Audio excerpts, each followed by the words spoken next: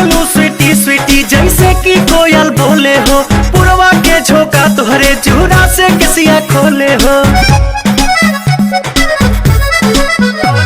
हर बोले लू sweetie sweetie जैसे कि कोयल बोले हो, पुरवा के झोंका तुहरे चूड़ा से किसिया खोले हो।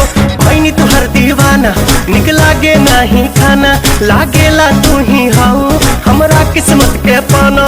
ना कहता रुका है ना कहता रुका है, कानी अंगूरी चबा के जान ले बुकाया जान जियो ते मुआ के।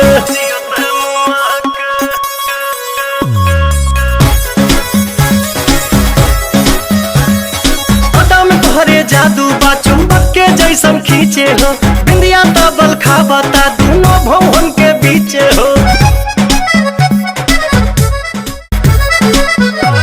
हर कि कोई इतना खूबसूरत, कोई इतना खूबसूरत, कोई इतना खूबसूरत कैसे हो सकता है। कि कोई इतना खूबसूरत, कोई इतना खूबसूरत, कोई इतना खूबसूरत कैसे हो सकता है। खूबसूरती पर तेरी खुद को मैंने कुर्बान किया, मुस्कुरा के देखा तूने दीवाने पर एहसान किया।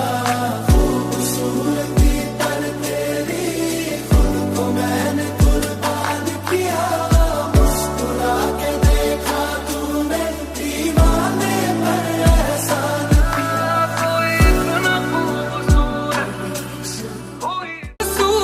कैसे हो सकता है। कि कोई इतना